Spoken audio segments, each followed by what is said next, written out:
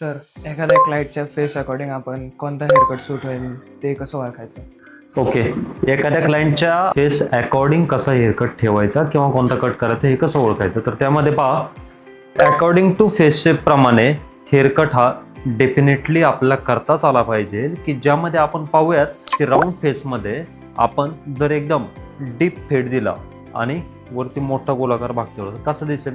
एक इमॅजिन करा की त्यामध्ये तुम्हाला एक डीपर हात गेलेला, गाल मोठे दिसतात, परत वरती गोल दिसतोय. तर राऊंड फेसमध्ये तुम्हाला एकदम डीप फेड घ्यायचे नाहीयेत. त्याचबरोबर राऊंड फेसला काय करणार, त्यामध्ये एखादा क्लासिक आणि बेसिक फेड हेअरकट किंवा एक युनिफॉर्म हेअरकट तुम्ही त्या ठिकाणी देऊ शकता. त्यानंतर ओव्हल फेस असेल, उभा चेहरा, की ज्यामध्ये बोन लाईन शार्प दिसतात, की त्यामध्ये तुम्ही प्रॉपर मॉडर्न हेअरकट देऊ शकता, टेपर हेअरकट देऊ शकता, फेअर हेअरकट देऊ शकता. खूप छान त्याच्यामध्ये ते दिसतील.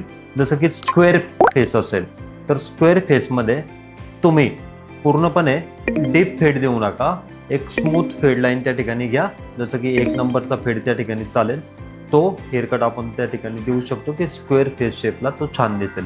जर इन केस त्यांना बेड असेल तर हा स्क्वेअर अँगल जो येतो तो बेड लाईनमध्ये थोडासा व्हर्टिकलसाठी वापरू शकता, म्हणजे त्यांचा फेस हा ऑटोमॅटिक ओव्हल दिसेल आणि हे स्क्वेअर बोन जे आहेत ते कमी दिसतील.